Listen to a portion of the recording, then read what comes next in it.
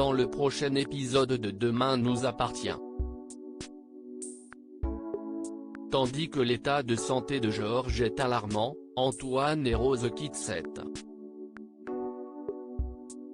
Jules prend quant à lui le parti de Charlie. Attention, les paragraphes qui suivent contiennent des spoilers sur l'épisode de Demain nous appartient diffusé lundi soir sur TF1. Si vous ne voulez rien savoir, ne lisez pas ce qui suit. Lundi 26 octobre dans Demain nous appartient, l'état de santé de Georges est alarmant, à la grotte, Judith montre des signes de confusion. Sans insuline, Victoire ne peut cependant rien faire pour elle et craint qu'elle ne tombe dans le coma sous peu. Pendant ce temps, les survivants, qui ont récupéré une caméra passe-muraille, parviennent à localiser les autres membres du groupe puis informent immédiatement le commandant Constant.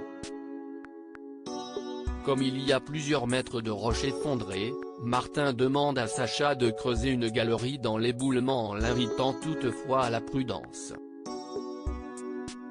Tandis que tout le monde se met au travail, Clémentine est soudainement prise de vertige.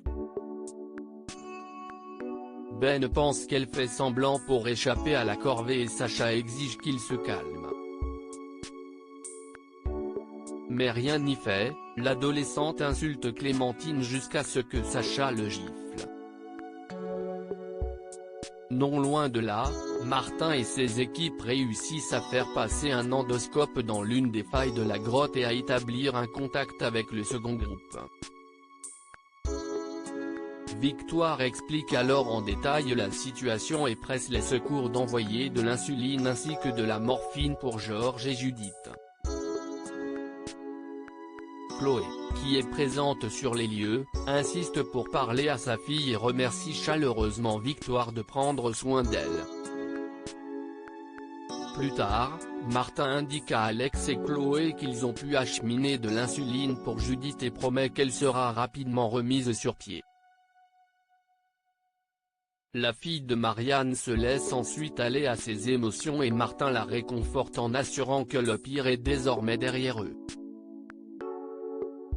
Au moment où Alex le questionne avec agressivité pour savoir pourquoi il n'avance pas plus vite, le policier rétorque que ce serait bien trop dangereux de prendre inutilement des risques qui pourraient mettre en péril la vie de chacun. Après le départ du policier, Alex tente à son tour de réconforter sa femme en posant sa main sur son épaule mais Chloé n'apprécie guère son geste et n'hésite pas à le lui faire savoir. En fin de journée, Marianne rejoint sa fille et confirme que Judith va s'en sortir. En revanche, le docteur Delcourt se dit particulièrement inquiète pour Georges qui est en train de perdre sa jambe. S'il n'est pas opéré dans les 48 heures, Marianne est formelle, le policier mourra. Antoine et Rose quittent cette. Antoine se rend chez Morgane et Sandrine avec Souleymane pour son installation. Tandis que Morgane lui fait visiter sa nouvelle chambre, Antoine en profite pour remercier son amie de tout ce qu'elle fait pour sa famille.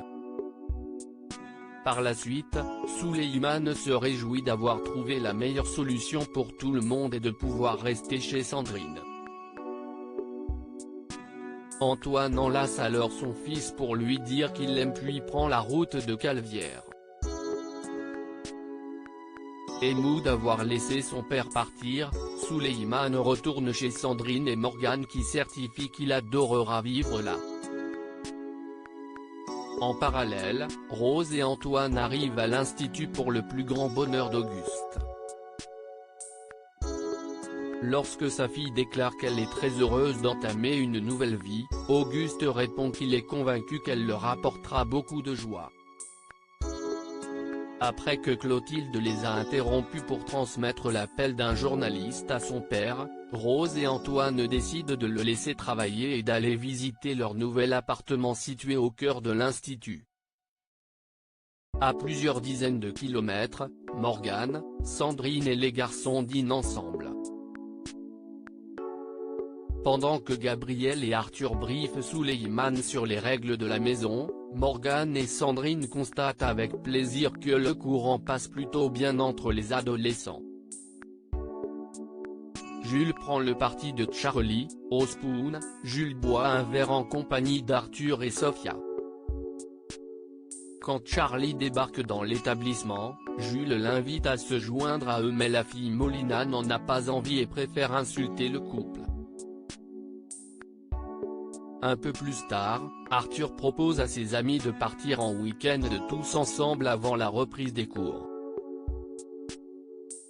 Emballée par cette idée, Sophia imagine toutes les activités qu'ils vont pouvoir faire et parle très fort pour que Charlie ne manque rien.